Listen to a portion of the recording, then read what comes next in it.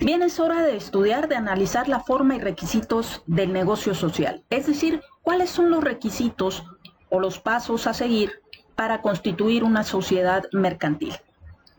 Y así como las personas físicas tenemos un acta de nacimiento en la que se da fe de nuestra fecha y lugar de nacimiento, y como consecuencia de nuestra nacionalidad, quiénes son nuestros padres, etcétera, pues también las personas jurídicas o morales, como se les conoce también en México, y en concreto en el caso de las sociedades mercantiles, deben de tener su acta constitutiva, también conocida como escritura constitutiva o estatutos.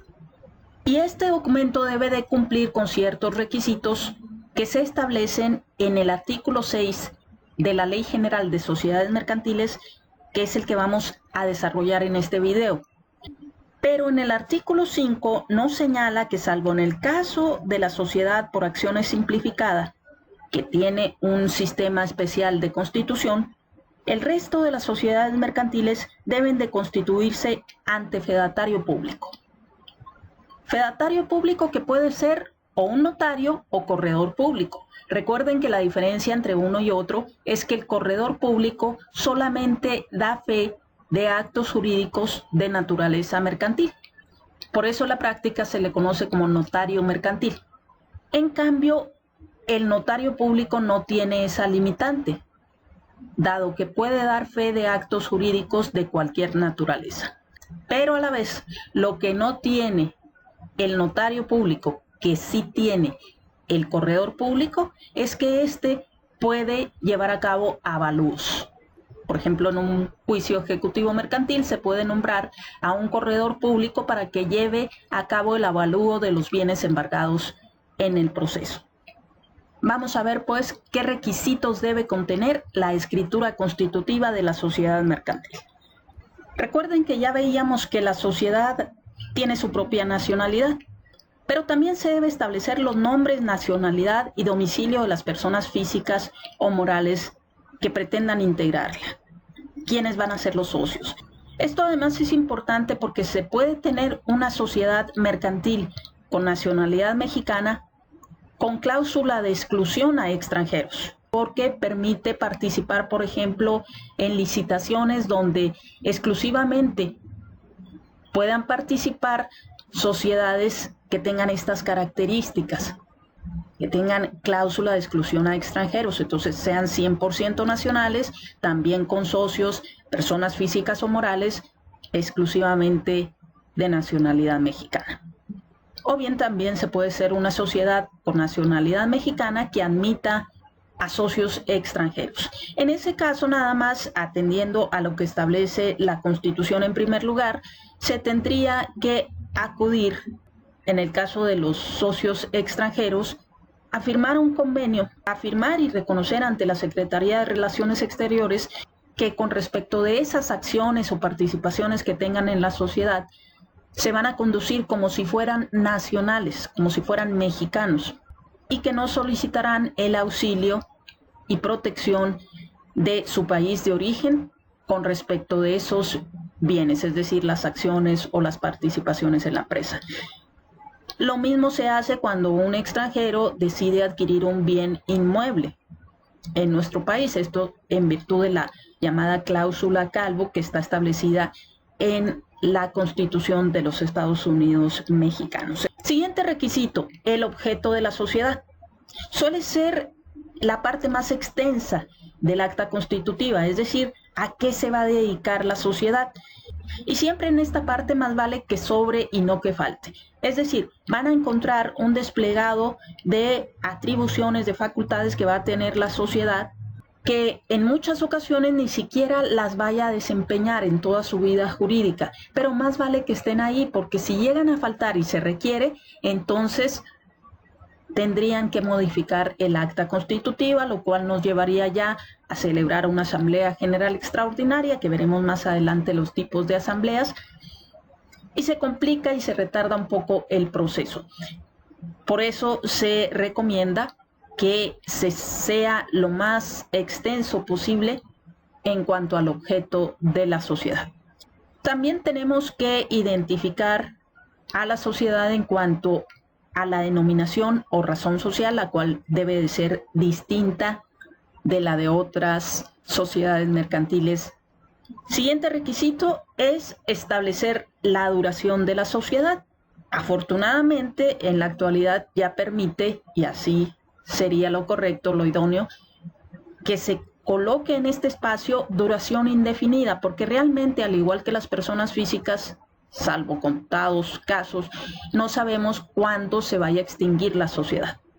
De hecho, cuando se constituye una sociedad mercantil, se hace con el objetivo de que esa empresa pues sea próspera, exitosa, de hecho se pueda pasar de generación en generación, y por ello es recomendable que mejor se coloque duración indefinida.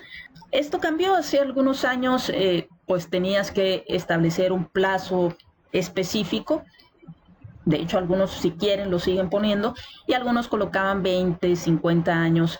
El inconveniente es que si llegamos a ese plazo, entonces tendría que celebrarse una asamblea general extraordinaria en el que el orden del día, es decir, el asunto a tratar, fuera la prórroga de la duración de la sociedad, y esto tendría que hacerse antes de que se cumpla el plazo de duración de la sociedad. ¿Por qué? Porque solo se puede prorrogar lo que no ha vencido.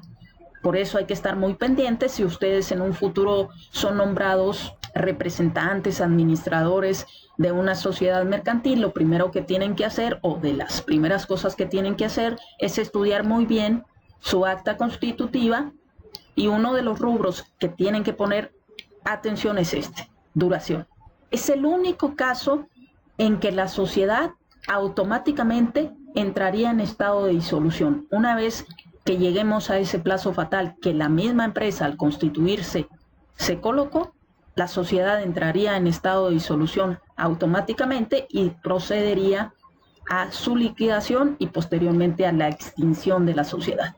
Siguiente requisito: el importe del capital social.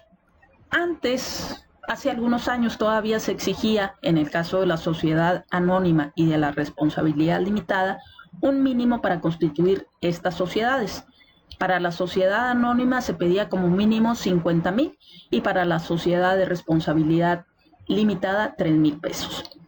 Actualmente el capital mínimo lo fijan los propios socios al momento de la constitución y no tiene un mínimo establecido en la ley. Ustedes pueden mencionar cuál es ese capital social con el que se inicia. Siguiendo con esta cuestión del importe del capital social, también se debe expresar lo que cada socio aporta, ya sea en dinero o en otros bienes. Acuérdense que los socios capitalistas pueden aportar dinero o en especie, otros bienes distintos al dinero, o créditos incluso. También se debe de mencionar el valor atribuido a los bienes y el criterio seguido para su valorización. Si se va a aportar, por ejemplo, un inmueble, bueno, hay que hacer un avalúo y presentarlo a efecto de que se sepa realmente cuánto está aportando ese socio. Cuando el capital sea variable, así se expresará indicándose el mínimo que se fije. Seguro ustedes han visto, por ejemplo, sociedades anónimas de capital variable, sociedad de responsabilidad limitada de capital variable.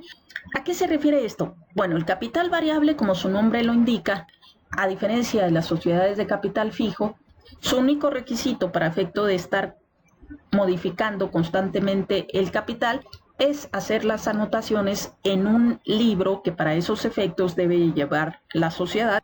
Las sociedades de capital fijo, por el contrario, tienen un sistema más complejo, pero sí se debe de mencionar, si se constituye una sociedad de capital variable, cuál será el capital mínimo sobre el cual se va a estar moviendo constantemente sin que pueda bajar de ese capital social mínimo. Se debe de mencionar también el domicilio de la sociedad. ¿Qué es el domicilio de la sociedad para efectos mercantiles? A diferencia del domicilio fiscal, que sería, por ejemplo, la calle, número, colonia, código postal, etcétera. Es decir, Hacienda siempre nos quiere tener muy bien ubicaditos. Para efectos mercantiles y en este caso para la constitución de una sociedad mercantil, el domicilio será la ciudad donde se constituyó la empresa, el cual puede cambiarse posteriormente.